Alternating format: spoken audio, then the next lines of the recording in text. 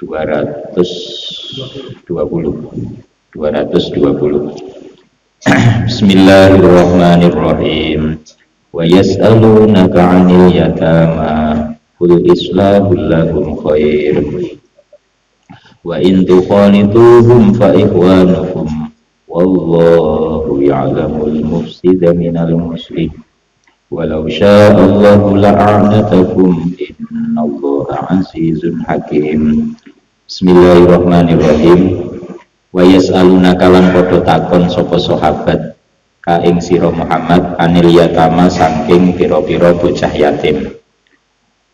Dalam tafsirnya wa ma lan perkara yulkuna kang nibaake sapa yatama hu ing ma minal haraji saking kangelan. Jadi sahabat merasa kesulitan ngurusi anak yatim.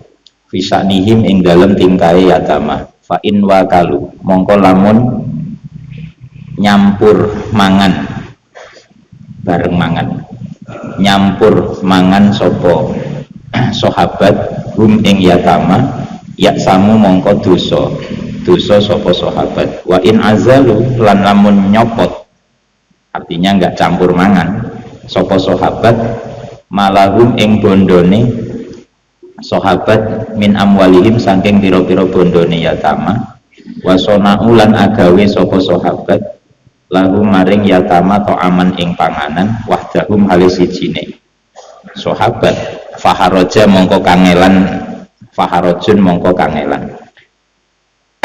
Jadi ini intinya gini ya, dilema serba salah. Sahabat dilarang untuk menyerobot hak anak yatim. Wala taqrabu malal yatimi illa bil haq. Itu ada ayat begitu. Terus tapi kalau enggak dicampur, karena kita juga ngopeni, kalau enggak dicampur ya piye repot. Ya, terus akhirnya mereka pada tanya kepada Nabi. Terus jawaban Nabi dituntun oleh ayat ini. Kul ngucapo sira Muhammad, islahun utawi gawe bagus utawa gawe maslahat lahum terhadap yatama fi amwalihim ing dalam piro-piro bondone yatama bitan miyatiha kelawan ngundakake utawa mengembangkan amwalahum wa mudakhalatikum lan mlebu sira kabeh mlebu ikut-ikut ngurusi bondo iku khairun bagus. Nah ini ya, ini ada angin segar mintar kidalika tinimbang ninggal mengkono tanmiyatiha wa mudakhalatikum wa in tukhalituhum lan lamun nyampur sapa sira kabeh hum ing yatama aitu litu tegese nyampur sira kabeh nafaqatakum ing nafaqah sira kabeh binafaqatihim kelawan nafkah yatama fa ikhwanukum mongko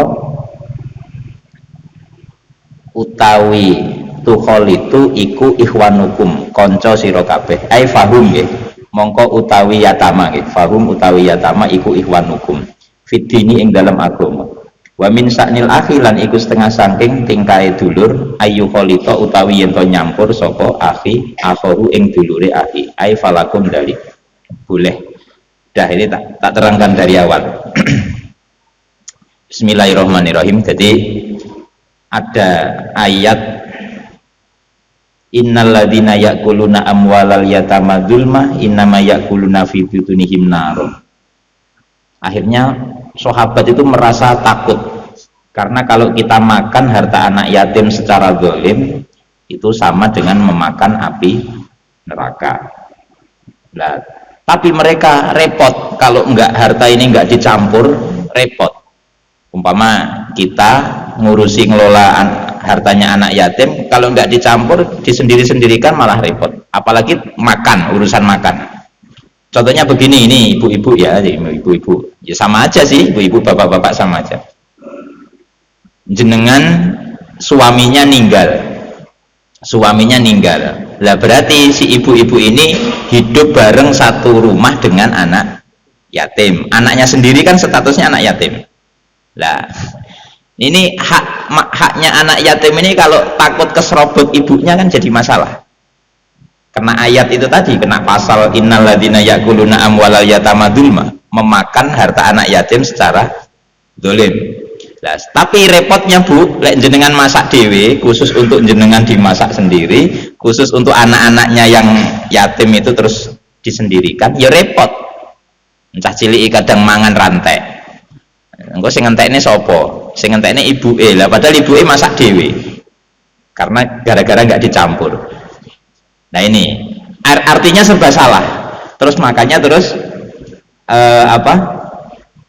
jawaban Allah, kul islahul lahum, hei Muhammad, katakan pada mereka islahul lahum, yang penting ada maslahat. Islah itu gawe maslahat, nggak apa-apa. Makanya dalam fikih mencampur harta anak yatim dengan walinya yaitu tadi yang saya ceritakan, si ibunya sendiri atau bapaknya sendiri. Jadi umpama ini bapak-bapak punya anaknya ditinggal wafat ibu, berarti statusnya piatu. Lah anak piatu ini tanggung jawab bapak, terus nanti makannya bareng. Ini jawaban Allah, islahul lahum. Kalau memang itu ada maslahat, monggo. Yang penting kita tujuannya tidak nipu curang. Nah nanti di bawahnya, wallahu ya'lamul mufsida minal muslih. Allah Maha tahu siapa yang mufsid, berbuat mafsadah, kerusakan, minal muslih, dan dari siapa yang berbuat kemaslahatan. Artinya bagaimana? Mencampur harta anak yatim dengan walinya itu boleh selama niatnya baik demi kemaslahatan. Contohnya itu tadi dalam tafsirnya, bitanmiyatiha wa mudakhalatikum. Bitanmiyatiha dengan mengembangkan hartanya si yatim ini. Kalau nggak saya kembangkan, contohnya dikembangkan, dijadikan saham, nanam saham ke mana. Nah, dengan cara begitu monggo, akhirnya kan harta yang dikembangkan ini kan campur.